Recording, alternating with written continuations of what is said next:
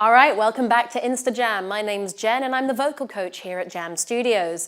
Insta Jamm, for those of you who aren't in the know, are a series of short snippet videos answering some of our most frequently asked questions or little secret techniques that we want to share with you all, students and newcomers alike. Okay, so today's video is all about dynamic mic technique. Some singers come to us and they've never ever used a microphone before. Some of us are a little bit wary of them in the first instance, and because we like to get people up and singing, some of them want to have a few tips before getting on stage that first time. So let me introduce you to the microphone. This is a dynamic microphone, meaning it's not powered, and this is people's number one concern when you get to a microphone is that you're going to get electrocuted the second you put your lips on it. See, you're fine. Absolutely fine. And we want to be properly close to it so that when we sing, it will pick up every detail. Now, the reason I love singing on mic is you can pick up so much more sound than if you were singing a cappella or singing just without any kind of amplification. In the same way that an instrument can do really subtle things if it's amplified, the voice can use a lot more subtle tones, a lot breathier kind of tone if you're on a microphone that would not be audible if you weren't using it. So let's look at the top tips for using a dynamic microphone. Number one is always going to be placement. The most important thing is the position of the microphone in relation to you. So as you can see, my microphone here is about the same height as my mouth. Now this is probably right for, let's say, backup singing, studio singing. Sometimes if you're being televised, you want it a little lower pointing up. But the problem with the dynamic microphone is it only picks up what's coming straight at it. So if you had it, you may see people talking into it like this. In fact, I might take it off the stand in just a second and do a little demonstration.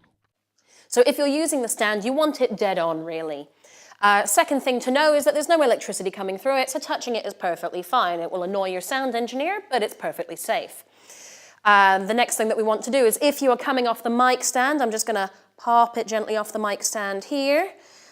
What we want to do is make sure it's not an ice cream cone. It is in fact a carrot like Bugs Bunny, but not off to one side, straight on, and it travels with you when you move. So if you're singing to the audience, it goes with you.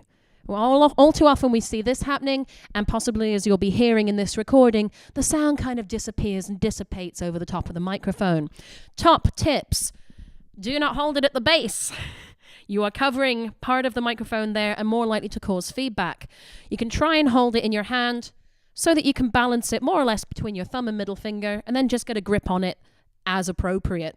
Now, some people have a preference to how they hold it. They want it held in a delicate manner. If you're doing rock, you're probably going to grip onto it a bit more. As long as it stays dead on and with your mouth, you should be fine. So what other tips do we need to know when we're talking into a microphone or singing into a microphone? It will amplify everything. So the two things that we need to watch out for are breathiness and plosives.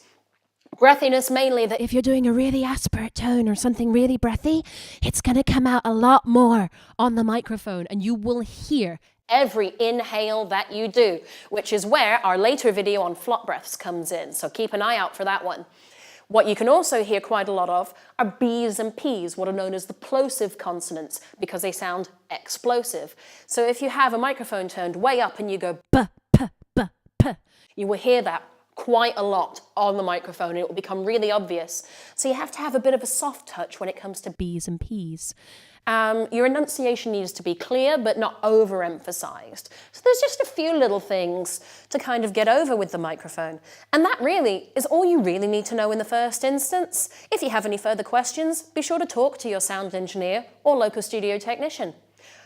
All right, well, this has been our Insta Jamm video for today. Be sure to check out our other videos, subscribe, or maybe just hit like, share a few, 100 times, something subtle like that.